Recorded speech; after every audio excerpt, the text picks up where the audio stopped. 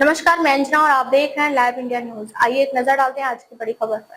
तनावनी में किसानों के धरने का 8वां दिन, सोमवार तक समाधान नहीं तो आंदोलन होगा बड़ा।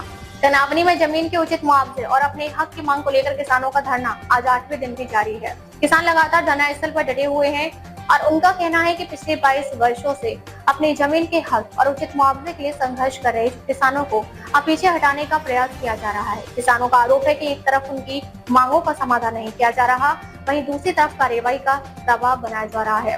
किसानों के मुताबिक इसी दौरान जीडीए की ओर से एक किसान के फार्म हाउस पर कार्रवाई करते हुए बाउंड्री तोड़ी गई, जिसके बाद किसानों में खासा आक्रोश है। इसके कुछ समय बाद कई किसानों के खिलाफ एफआईआर दर्ज होने की बात सामने आई, जिससे किसानों का गुस्सा और बढ़ गया है। किसानों ने साफ चेतावनी दी है कि अगर उन्हें जेल भेजा जाता है तो उनके परिवार की महिलाएं धरना स्थल पर बैठेंगी और अगर महिलाओं को भी जेल भेजा गया तो बच्चे धरने पर बैठेंगे। लेकिन आंदोलन खत्म नहीं होगा। किसानों का कहना है कि वे न झुकेंगे, न पीछे हटेंगे और न ही अपना धरना खत्म करेंगे। किसानों ने अब सोमवार तक का समय दिया है। उनका कहना है कि अगर सोमवार तक उनकी मांगों को लेकर कोई ठोस बातचीत और सहमति नहीं बनती है तो आंदोलन को और बड़ा रूप दिया जाएगा। किसानों ने कहा कि अब तक उन्होंने धरने को गैर राजनीतिक रखा है और किसी भी राजनीतिक दल या नेता को इसमें शामिल नहीं किया गया। लेकिन अगर इसी तरह किसानों पर कार्रवाई जारी रही तो पक्ष विपक्ष के नेताओं के साथ सभी किसान और सामाजिक संगठनों को धरने में शामिल होने का न्योता दिया जाएगा। किसानों का कहना है कि इसके बाद आंदोलन और विकराल रूप ले सकता है और जब तक उन्हें उनकी जमीन का उचित मुआवजा और पूरा हक नहीं मिलता, उनका संघर्ष जारी रहेगा। लाइव इंडिया न्यूज के लिए राम अवध भगत की रिपोर्ट। क्या नाम है आपका? कैलाश नागर। कैलाश जी, आज 8वें दिन ग्राम तनावनी के किसानों द्वारा आज यहाँ 8वें दिन भी धरना चल रहा है। किस तरीके से आपकी मांग है, प्रशासन से क्या कहना है और आज प्रेस कॉन्फ्रेंस है?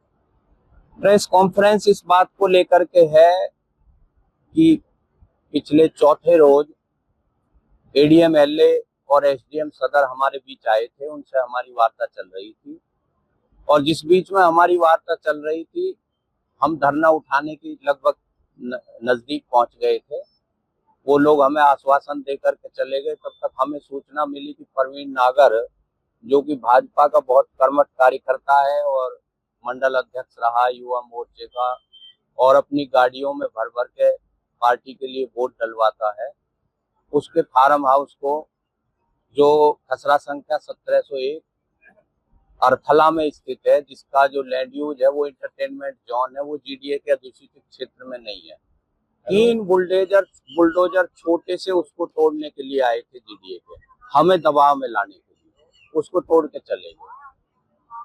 दूसरा एक प्रकरण है 226/5, जिसमें देशराज आदि के नाम से एक स्थगन आदेश है और उसको 207 बता करके उसको, जो उसमें तारबंदी हो रखी थी, उसको तोड़ दिया गया और स्थगन आदेश के बावजूद हुआ है।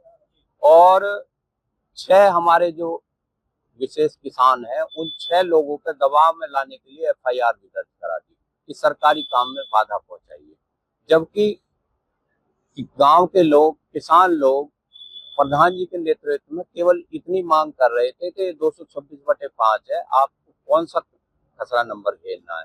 इनको यही नहीं पता कि 226/5 कहाँ है, 207 कहाँ है। तो ये एफआईआर की कॉपी है, आप देख सकते हैं, 6 लोगों के खिलाफ एफआईआर हुई। तो यही जीडीए की जो दमनकारी नीति है उसी के खिलाफ ये प्रेस कॉन्फ्रेंस बुलाई गई है कि आप लोगों के द्वारा हमारी बात ऊपर तक चली जाए और आपके माध्यम से हमें न्याय मिल सके। आगे की क्या कुछ रणनीति है? अब किस तरीके से जो धरना है वो आगे जारी रहेगा और क्या लड़ाई होगी?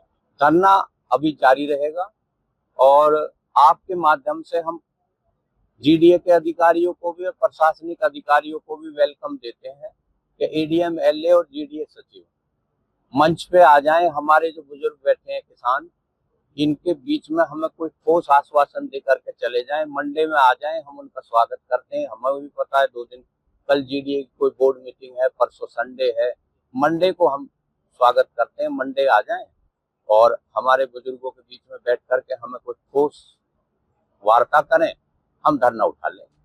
अब तक के लिए बस इतना ही, फिर मिलते हैं एक ऐसी ही बड़ी खबर के साथ। अब तक के लिए नमस्कार और देखते रहिए लाइव इंडिया न्यूज।